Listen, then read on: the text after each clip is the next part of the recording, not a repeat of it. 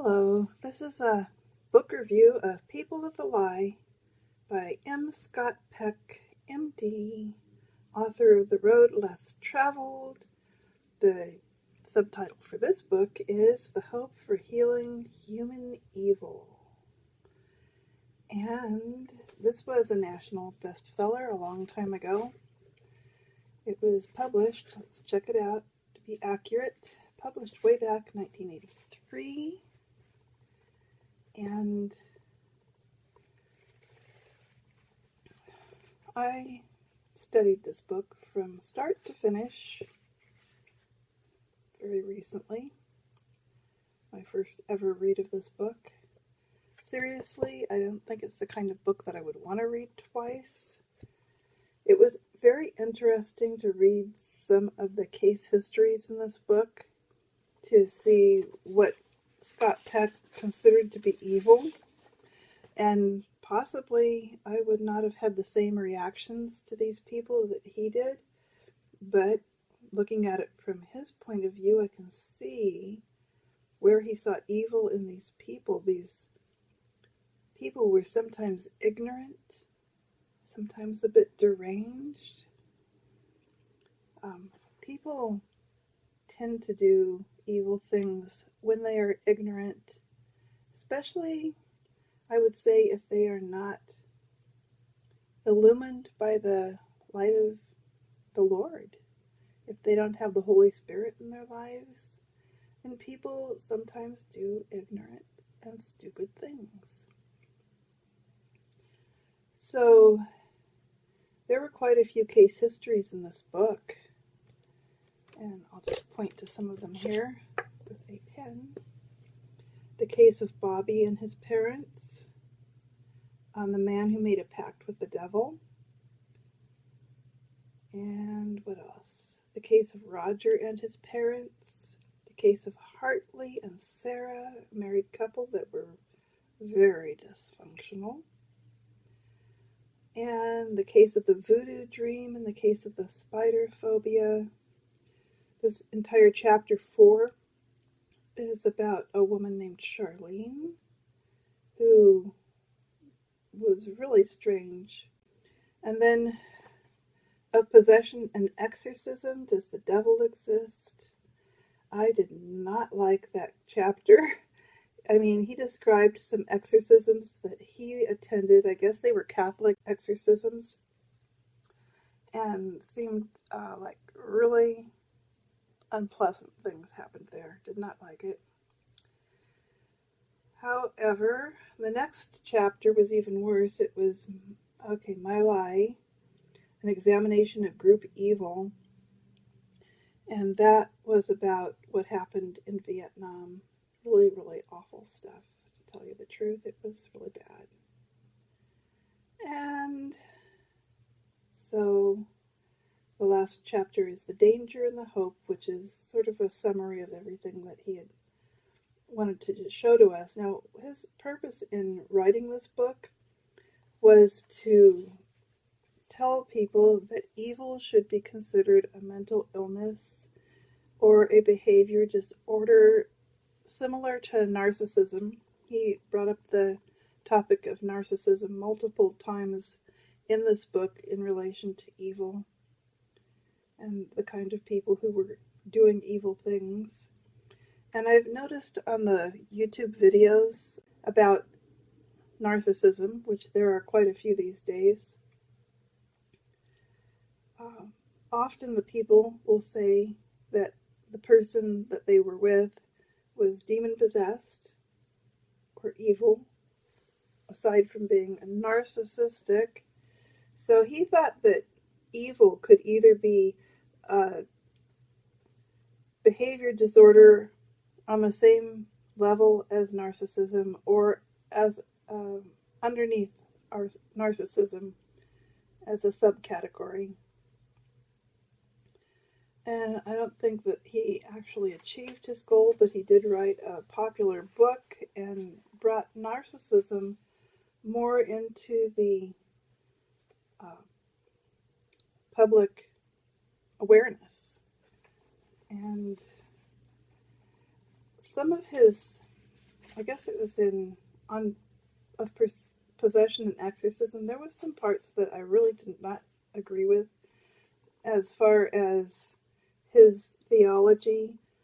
For instance, he said here, God cannot destroy, he can only create. I totally disagree with that, because with God all things are possible. God can do anything. And over here he's saying, having forsaken force, God is impotent to prevent the atrocities that we commit upon one another. Wow. I don't think God is impotent in any way. God can do anything. So I don't agree with everything that he wrote in here. And I think a lot of it had to do with the fact that he became a Christian when he wrote this book, and he was a very new Christian. And so he was considering different theologies at the time and wrote about them in here, which I am very interested to read his book that was written more than 10 years later, and I have it here on my shelf.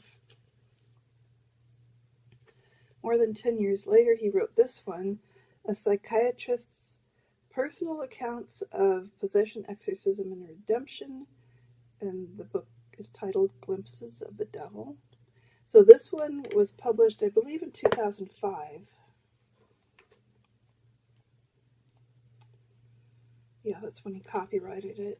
So it will be interesting to see if his theology has changed or become more aligned with what's in the Bible. And it's like, this was 83. This is written published more than 20 years later, so hopefully by this time he's been a Christian more than 20 years and has a more mature understanding of Christianity. So that's my opinion of People of the Lie. Now this one, Glimpses of the Devil, I am not going to read this one right away. I am going to read a whole bunch of other books first about Satanism. I'm calling this Satan Studies 101. And this is the one that I'm reading now, Strategy of Satan and How to Detect and Defeat Him by Warren Wiersbe. And I'm getting the biblical basis for everything that Satan can do to us. Deceive, destroy, rule, accuse, and so forth and so on. So this is a great book. I am about 3 or 4 chapters into it right now. So I'm taking notes.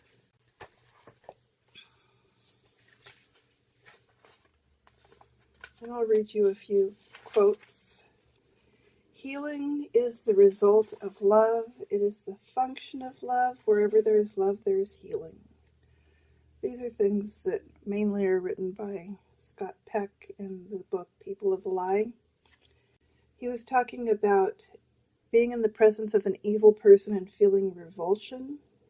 The feeling a healthy person often experiences in a relationship with an evil one is revulsion.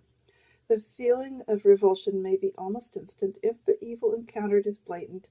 If the evil is more subtle, the revulsion may develop only gradually as the relationship with the evil one slowly deepens.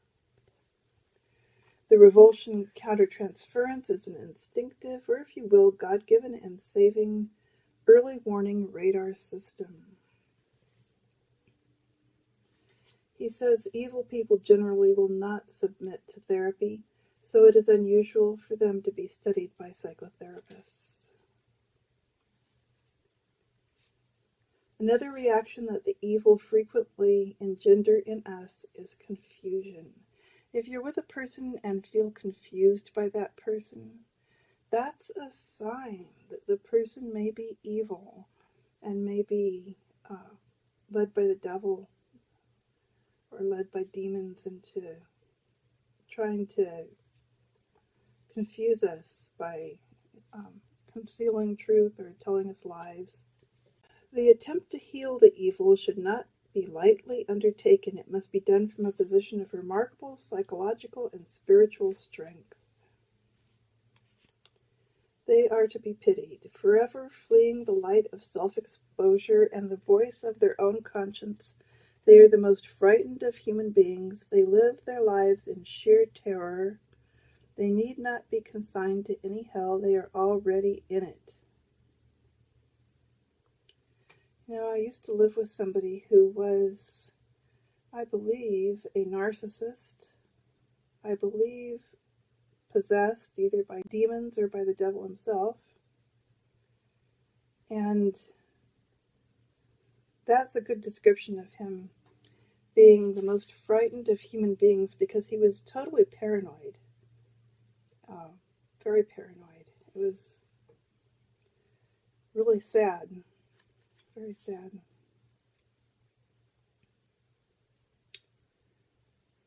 He says on page 67, the attempt should be made to rescue the evil from their living hell. He was a very kind man. Took his role as psychiatrist very seriously. Serpents can grow wings to become dragons, and dragons can be tamed to become simultaneously fierce and gentle servants of God. If we can see that evil is ill and pitiable, albeit still dangerous, and if we know what we are doing, it is appropriate that we should transform our revulsion into careful compassion so as to approach them in healing. Down here it says how to recognize a truly evil person. Number 1, consistency of their sins. Number 2, their refusal to tolerate the sense of their own sinfulness. The evil attack others instead of facing their own failures.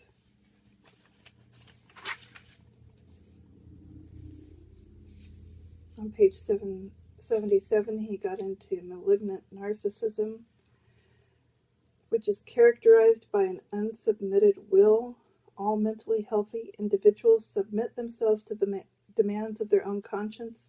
Not so the evil, however. In the conflict between their guilt and their will, it is the guilt that must go and the will that must win.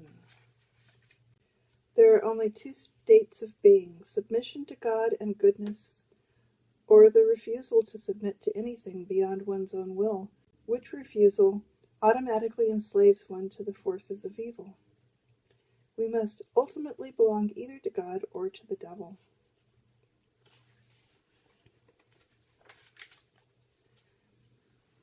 The evil always hide their motives with lies. These are all quotes from the book. If you read the book, you can do the same thing. Pick out a lot of quotes that mean something to you. Of all emotions, fear is the most painful. Evil is always also a choice one has made. It is the central proposition of this book that the phenomenon of evil can and should be subjected to scientific scrutiny. Those who are evil, theirs is a brand of narcissism so total that they seem to lack in whole or in part this capacity for empathy. There are boundaries to the individual soul. We respect those boundaries. Our own ego boundaries should be clear, and we should clearly recognize the boundaries of others. We must know where we end and where others begin. Evil narcissists do not know their boundaries. So, anyhow, that's how it's going. I'm also taking notes on the strategy of Satan, and I'm sure I'll have a lot to say about that book when I'm done with it.